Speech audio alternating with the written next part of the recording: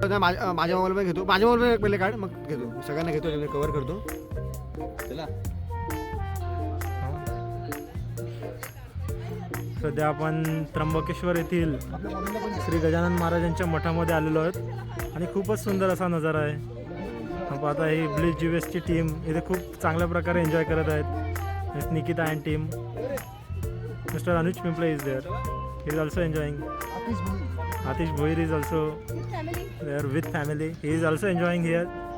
Miss Pranita is supporting. Rahul Kumar is also there. He is enjoying a lot with his family. All are very happy, and you people are watching the happy faces in the Trambakeshwar. आता माहिती दे झालं आता just. आता आपण त्र्यंबकेश्वर मधील श्री गजानन महाराजांच्या मठामध्ये आलेलो आहेत. खूपच सुंदर असा हा मठ आहे आणि संगमरवराचा हा मठ आपल्याला खूपच भव्य दिव्य असा नजारा पाहायला मिळतो. खूपच सुंदर असं नक्षीकाम आहे इथे, खूपच प्रसन्न वातावरण आहे, प्रेक्षणीय. आता जस्ट आम्ही दर्शन करून आलो आणि खूपच मनाला शांती भेटत आहे. खूपच चांगल्या प्रकारचं पॉझिटिव्ह वाईब्स इथे मिळाला आणि सगळ्यांच्या चेहऱ्यावर तेज निर्माण झालेलं आहे. खूपच सुंदर असं मंदिर, म्हणजे टीम्सचे अलौकिक प्रेक्षणीय मंदिर, भव्य मंदिर. आणि हे आमचे राहुल कुमार, खास व्यक्तिमत्व ब्लिस जीवेस फार्मामधलं.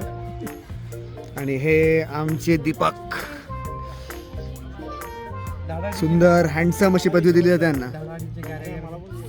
आणि संजय आणि विहंग आहेत आमचे. आणि लिटिल राहुल.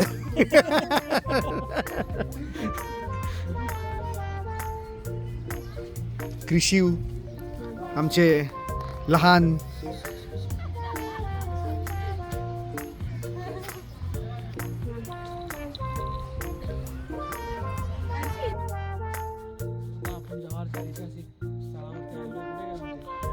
हा किल्ला आहे आमचा जव्हारचा.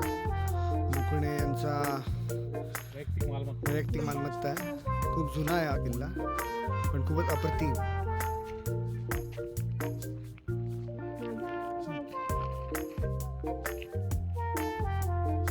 पाठची बाजू आहे किल्ल्याची, पुढून पण आपण काढूया.